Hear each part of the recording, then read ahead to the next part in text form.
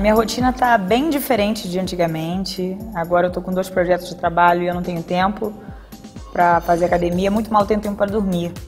Então, realmente, a minha alimentação está bem desregrada e eu senti necessidade de um suplemento, uma complementação alimentar para que eu conseguisse manter minha boa forma. Afinal de contas, esse é meu trabalho e eu também sou mulher, né? Mulher gosta de ficar bonita sempre. Eu conheci o Cofilé em Café Verde através do meu ortomolecular.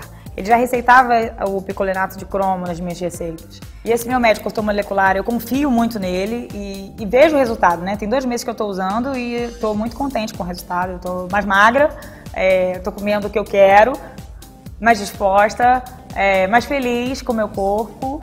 O que eu pude perceber é que além dele ser inibidor de apetite, ele contém um ácido clorogênico, que ele dificulta a absorção do açúcar.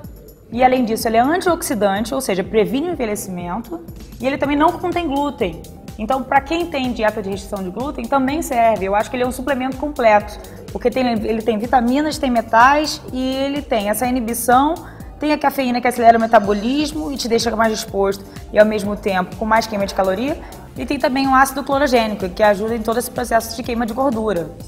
Então, é um produto completo, é um suplemento que eu acho que é pra vida. E quando eu comecei a consumir o Cofilé em Café Verde, eu senti muito mais controle nessa crise de ansiedade, nessa expectativa, nessa coisa de ver as tentações e não conseguir resistir.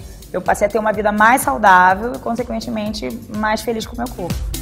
Na minha opinião, é fácil você ter uma vida saudável e ter um corpo bonito. O Cofilé em Café Verde seria o seu impulso para isso. Claro que você tem que ter um pouco de persistência, você tem que ter determinação, mas você utilizando o Cofilé em Café Verde, não tem erro, você vai conseguir.